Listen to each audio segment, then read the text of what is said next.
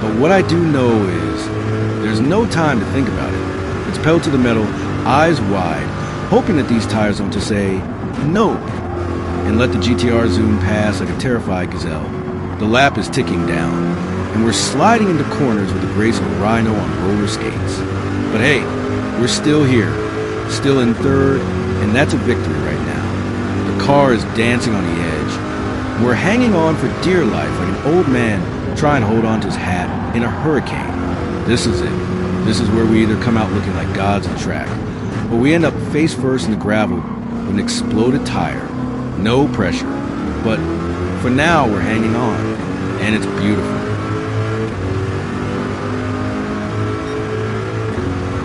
Here we are, lap 19, and let's just say, if there was a lap where regrets would fit like an old pair of shoes, this would be it. It's the kind of lap where your mind goes through a mental Rolodex of what ifs, but it's too late to change anything now. You're in it, you're committed, you've dropped the hammer, but that hammer's starting to feel like a spoon. Soft tires, people. Soft tires, wearing down like an old leather jacket in a rainstorm. Now, let's talk about the regret. In the back of your head, you're thinking, why didn't I just stretch the mediums for one more lap? Why didn't I just wait a little longer to get these softs with a bit more life left in them? Why? It's like deciding to eat dessert before dinner and then realizing, wait, now I'm not hungry for steak, and this chocolate cake is all I got left. But, oh, it doesn't stop there. We're in full-blown, what was I thinking, mode now. Suddenly, the brake bias feels like a mystery, something that should have been studied, something you should have known before taking these corners at breakneck speed. How does this work again? Should I have adjusted it? What's the point of brake bias? Maybe I should have looked it up. No, I should have definitely looked it up. The car is wobbling like a shopping cart with one wonky wheel, and each turn feels like you're trying to land a plane on a highway. Every little bump and every screeching corner sends a shockwave of panic through your brain. The GTR is lurking behind, like a dog waiting for its owner to trip so it can steal the snack.